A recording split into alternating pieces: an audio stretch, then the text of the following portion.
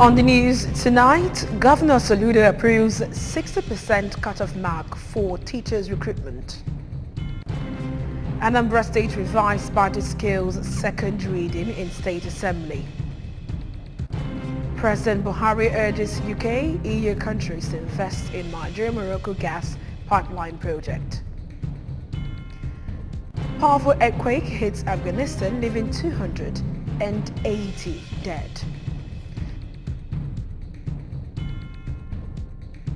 Governor Chukuma Soludo has come for a total turnaround maintenance of the Anambra State economy and promotion of core Igbo values.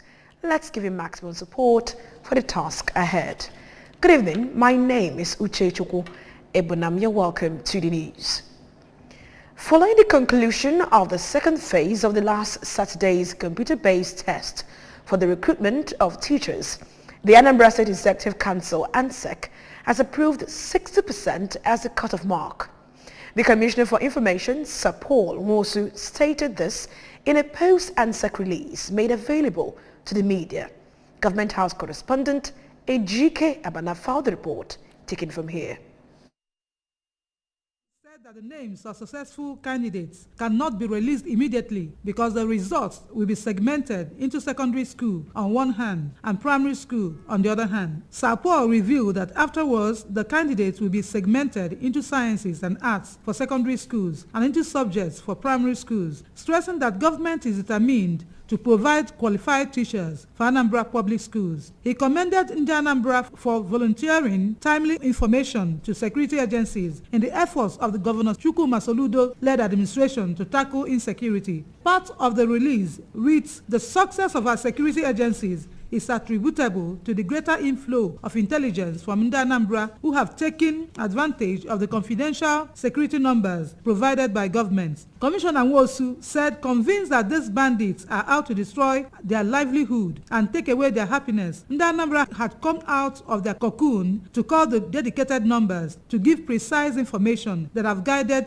security agencies. According to him, government is urging Anambra to continue to say something if they see something, because the enemy is not yet completely chased away, stressing that as the light of the nation, Anambra will not succumb to darkness. The commissioner also said that the issue of traffic gridlock at the bridgehead and in other parts of the state were also raised at the ANSEC meeting, pointing out that to ensure that the traffic gridlock on the Anambra side of the Niger Bridge is opened up, government will direct security agencies to discontinue the stop and search on Anambra state side of the bridge. He revealed that park administrators have been appointed to motor parks in the state, stressing that their job is to manage parks and not to collect money, reiterating once again that Aboro has been banned in Anambra State. Thank God you and I know we have a governor that is deep for details. This particular item took us 2 hours because we wanted to examine it from all ramifications. The first is to identify the problems, then of course begin to look at consequences for those who will default. It's not as if there is no law or there are no laws for violators of traffic. The laws are there. But the point is that somehow, for some time, government has been kind of sedated. Nobody picks up anybody, nobody prosecutes anybody. And you know when you look the other way, these people take it for granted that that's the way driving is supposed to be in Anambra State. But we have a governor that now says, enough is enough.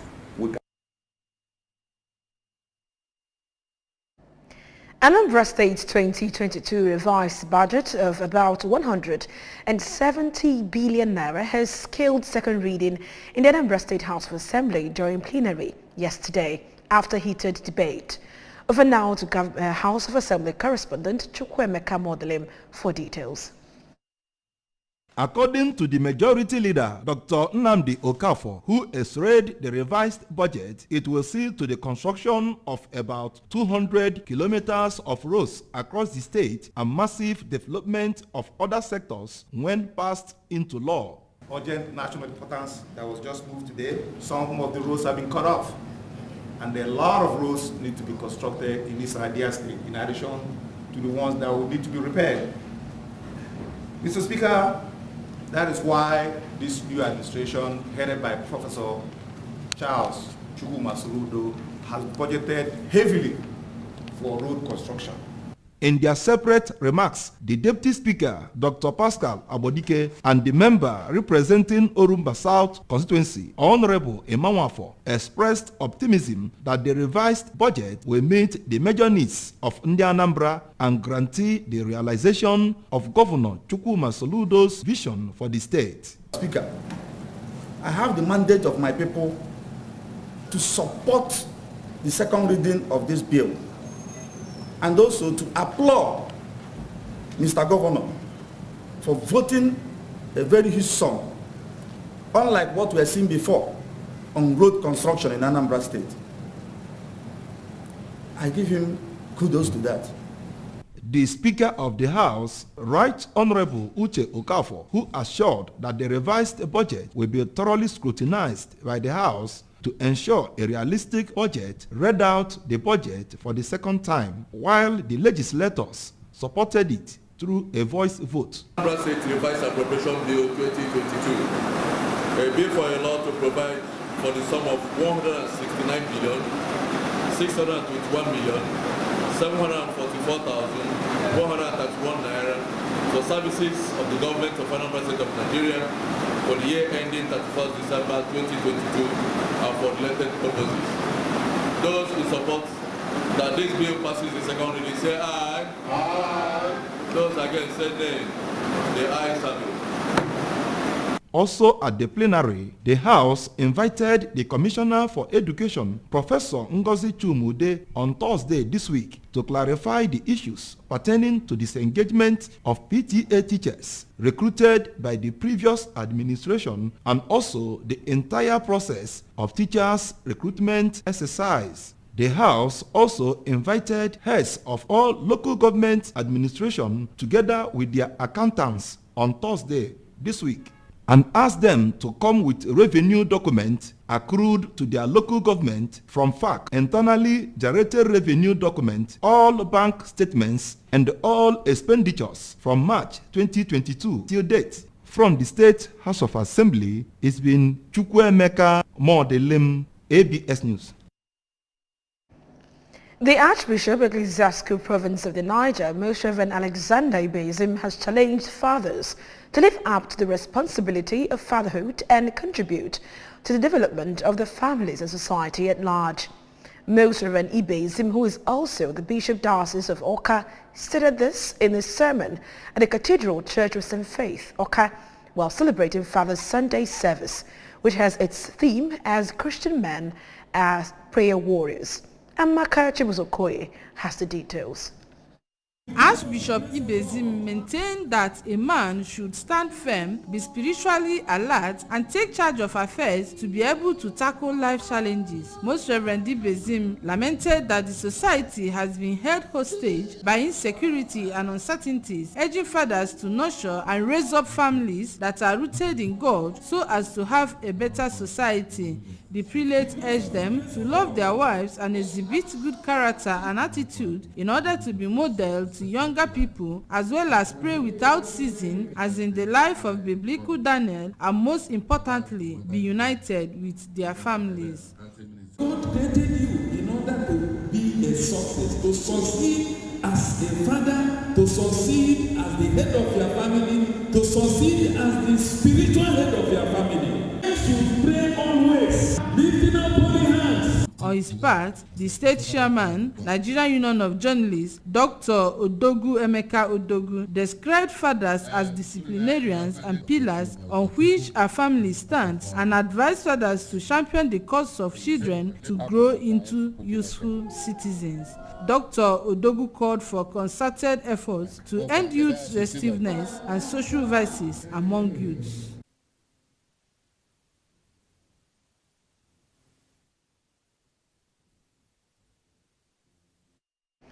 Anambra State Government directs Igwe Humphrey Ejesiame of Umona to reconcile all interest groups and put to an end crisis rocking his community. The Commissioner for Land, for Local Government, Chieftaincy and Community Affairs, Mr. Collins Nwabuwanne, gave the directive during a reconciliatory meeting with the traditional ruler of Umuana, Iwe Humphrey Ejesieme, the President General of the town, Honorable Chief Kenneth Okoli, and other executive members of the town union at the Government House, Oka. Correspondent Neka Anodefo filed the report taken from here. Commissioner Nwabuwanne, who harped on the need for the traditional ruler and President General to initiate another peace move, reminded the parties present that Governor Chukwuma Soludo is totally committed to achieving lasting peace, promote and protect human rights in communities in the state. He appealed to them to jointly build a community with brighter future for the people, as war or conflict does no one any good. Commissioner Nwabuwanne also urged the President General to always work with the traditional ruler for peace and progress of Umuana community. He appealed to the traditional ruler to lift the sanctions as well as a huge fines leveled against some sons and daughters of the town and reabsorb them back into the kingdom, while he promised to study the constitutions of the town carefully for interest of peace. The President General of Umuana town, Honorable Chief Kenneth Okoli, who recounted how the conflict started in Umuana, agreed also that the peace will reign and commended Commissioner Nwabuwanne for insisting that no one has right to remove any elected President General from office under his watch. Responding, the former chairman, Agwata Council Area, Chief Anthony Okoli, Mr. Samuel Okolo Mike, Reverend Professor James Nnoroga, Nze Fabian Ezofo, and Chief Emeka Adilieje, among others, appreciated the efforts of Governor Chukwuma Soludo and Commissioner Nwabuwanne for championing the cause of peace in Umuana community,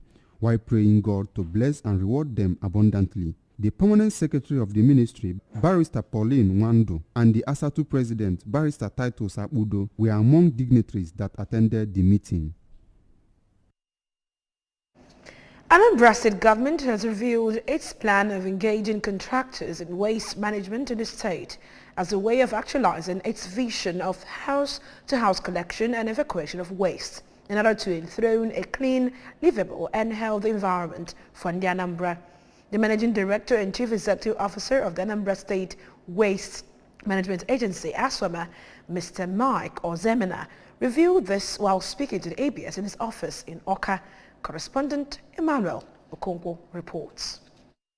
The ASWAMA MD, Mr. Ozemena, who explained that the employment of waste management contractors is geared towards the realization of the Professor Chukwuma Soludo's vision of achieving a total waste-free state, said that the contractors will soon commence work across communities in the state.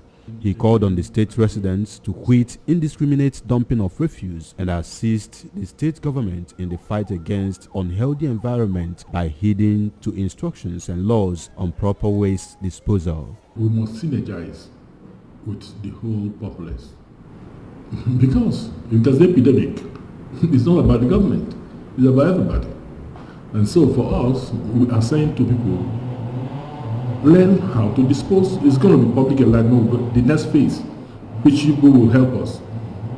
We are writing this morning to churches and schools to tell them, look, it shouldn't be business as usual. Properly keep your garbage and then wait, because we are going to the point of taking your waste, the waste from the point of from their homes. We are going to gradually phase out communal dumping. So that the contractors, one of the mandates is that they will be going to house to the street to pick the garbage and not dumping it on the street anymore. Mr. Zemena asked markets, school and church leaders to join the government in sensitizing their subjects on the need for a clean and healthy environment, as according to him, the government alone cannot achieve the proposed smart and livable state. Regretting the dirty and unhealthy status of the state, the ASWAMA boss made it clear that the mandatory monthly sanitation exercise in the state is no longer business as usual, stressing that the agency is out and already prepared to enforce total compliance by every home and business premises in the exercise across the state. We must let our people know that there is nothing else but we must have a clean, very clean environment. And it starts with you. It starts with us. It starts with our families. You have to, first of all, if you have a shop and then your shop, in front of your shop, the drainage in front of your shop must be desilted by you. Then we will now bring trucks to evacuate it. That will be our job. But everybody must be involved. In Oka, I am Emmanuel Okonkwo reporting for ABS News. And now to the federal corridors. President Muhammadu Buhari has stressed the need for a long-term partnership between Nigeria and the UK, as well as the European Union, EU, on green energy policy. The president, who made a call in an interview session, said the UK and EU countries should invest in the planned 4,000-kilometer pipeline meant to bring Nigerian gas, the largest reserves in Africa, via Morocco, then onto Europe. He expressed the hope that the gas pipeline project, when completed, will help to address gas supply crisis in Europe. He further explained that the gas pipeline project connecting Nigeria to Europe, which was conceived 4 years ago, had since been unveiled. Immediate past representative of ANAMBRA Central in the red corridors of the National Assembly and Senator Victor Ume has re-echoed his passion towards the actualization of a Nigerian president of Igbo extraction in the 2023 general elections. Senator Ume, who is seeking to return to the red chambers on the Labour Party ticket, made this known during the NUJ 2023 election committee interactive session held at the press center, Oka. He decried the inability of the major political parties to zone the presidency to the southeast, declaring it as a gross marginalization. Our political desk correspondent, Stella Iboka, was there and filed this report.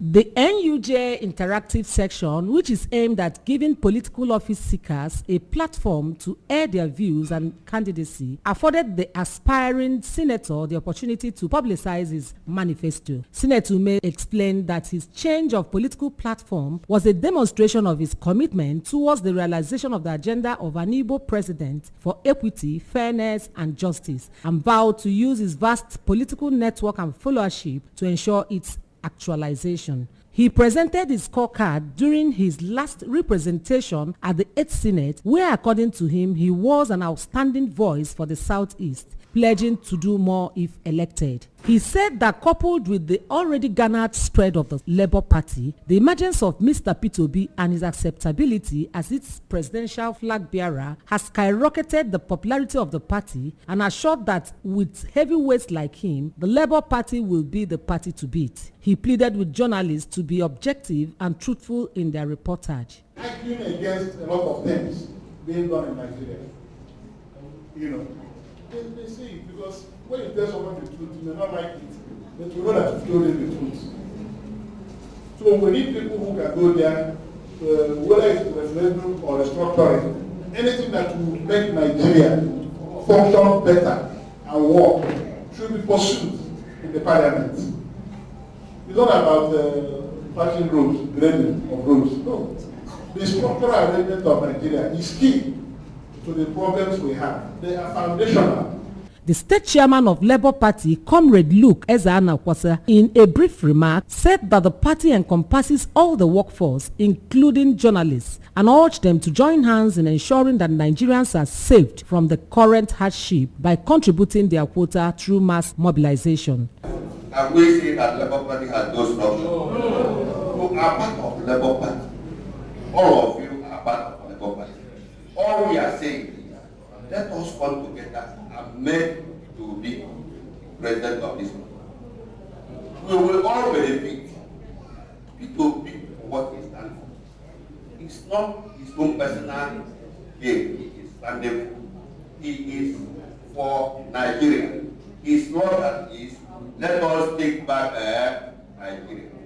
Earlier in his remarks, the NUJ State Chairman, Dr. Emeka Odogwu, welcomed him to the session and reiterated the willingness of the union to help the candidates disseminate the message of their manifestos to the public. One thing we want to reassure you is that this NUJ is your family. And we have known you in the last 20 years. We know your antecedents. And you are not just coming to address NUJ members, but you are coming to see your friends. The chairman, NUJ 2023 Election Committee, Comrade Stanley Onunkwo, used the occasion to pledge that journalists will uphold the tenets of the profession. From the NUJ headquarters in Oka, I am Stella Ibuka, reporting for ABS News. On a sad note, report says a powerful earthquake has killed at least 280 people and left scores injured in Afghanistan. Pictures show landslides and ruined homes in eastern Pakistan province where rescuers are scrambling to treat the injured.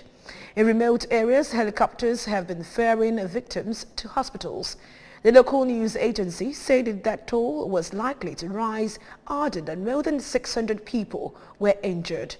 The quake struck about 44 kilometers from the southeastern city of Corks shortly after 1:30 local time. Taliban officials have called for aid agencies to rush the affected areas in the nation's east.